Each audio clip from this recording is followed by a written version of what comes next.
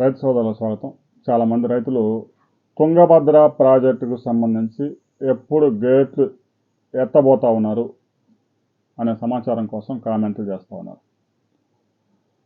తుంగభద్రలో పెద్ద ఎత్తున వరద వచ్చి చేరుతా ఉంది. తాజాగా 1,14,000 క్యూసెక్కుల వరద తుంగభద్ర నదుల ద్వారా ఉపనదుల ద్వారా వచ్చి తుంగభద్ర నదికి చేరుతా ఉంది.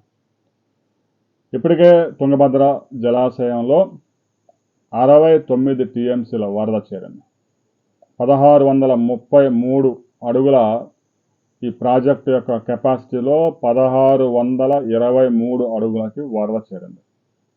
ఇప్పటికే హెచ్ఎల్సీకి ఎల్ఎల్సీకి తాగునీటి అవసరాల కోసం పెద్ద ఎత్తున నీటిని విడుదల చేశారు. 1447 క్యూసెక్కుల నీటిని హెచ్ఎల్సీకి ఎగువ కాలానికి రిలీజ్ చేశారు. అటు కర్ణాటకలో ఆంధ్రప్రదేశ్లో తాగునీటి అవసరాల కోసం మాత్రమే ఆ నీటిని వాడుతున్నారు.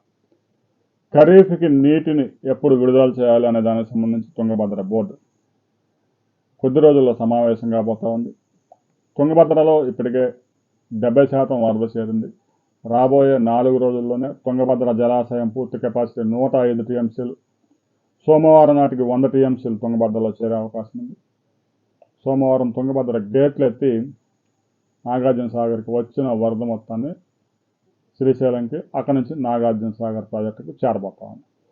ఇక తుంగభద్ర ప్రాజెక్టు కింద ఖరీఫ్లో వరి సాగుకి వాటర్ రిలీజ్ చేయాలా లేదా, లేట్ ఖరీఫ్కు సంబంధించి తుంగభద్ర బోర్డు ఒక కీలక నిర్ణయం తీసుకోబోతా ఉంది.